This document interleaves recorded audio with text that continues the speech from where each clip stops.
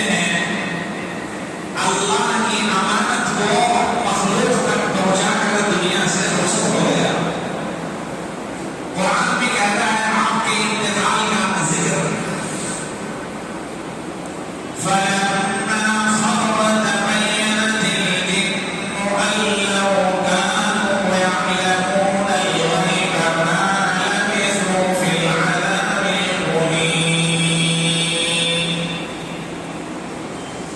کہ جس لکڑی سے وہ تیغ لگائے تھے، جس لاٹھی سے عصا سے دیمک نے اسے چٹ کر لیا، جب وہ لکڑی ٹوٹی تو دھام سے آپ زمین پر آ گئے.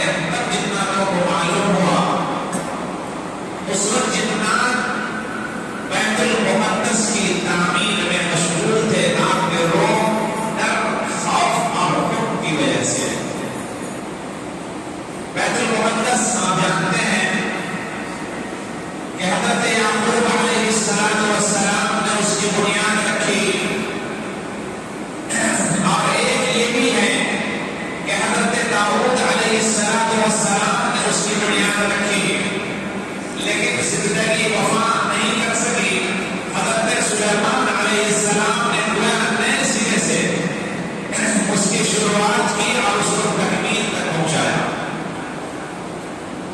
ظاہر ہے اللہ کے نبی کا بنایا ہوا وہ گھر جس کو مسجد اقصی بیت المقدس کے نام سے جانا جاتا ہے، اتنا معزز مکرم ٹھہرا کہ حضور نامدار محمد عربی صلی اللہ علیہ وآلہ وسلم اس کائنات میں تشریف لائے. آپ نماز کی فرضیت آئی، آپ صلی اللہ علیہ وسلم کو بھی حکم ہوا کہ اے میرے محبوب، آپ بیت المقدس کی طرف چہرہ کر کے نماز ادا کیا کریں.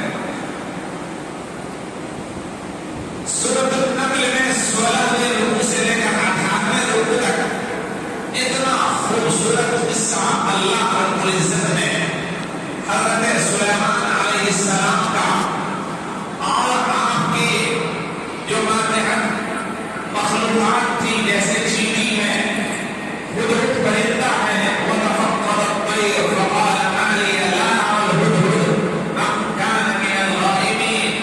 اور اسی طرح قالت نملة يَا أَيُّهَا النَّمْلُ ادْخُلُوا مَسَاكِنَكُمْ لَا يَحْطِمَنَّكُمْ سُلَيْمَانُ وَجُنُودُهُ وَهُمْ لَا يَشْعُرُونَ.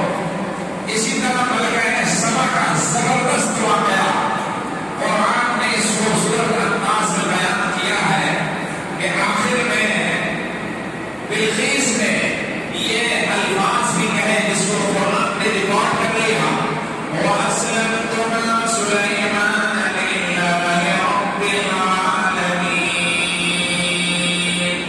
سلیمان کے جلال و جلال کو دیکھ کر ملکہ بلقیس بھی اللہ کے دین میں داخل ہو گئی. میرے عزیز طلبا، آپ یہ سب پڑھتے رہتے ہیں، سنتے ہیں، تفسیریں اس کی آپ کے سامنے ہیں. حضرت سلیمان علیہ السلام کے ذریعے سے بنائی ہوئی مسجد جس کو بیت المقدس کہا جاتا ہے، جس کا ذکر قرآن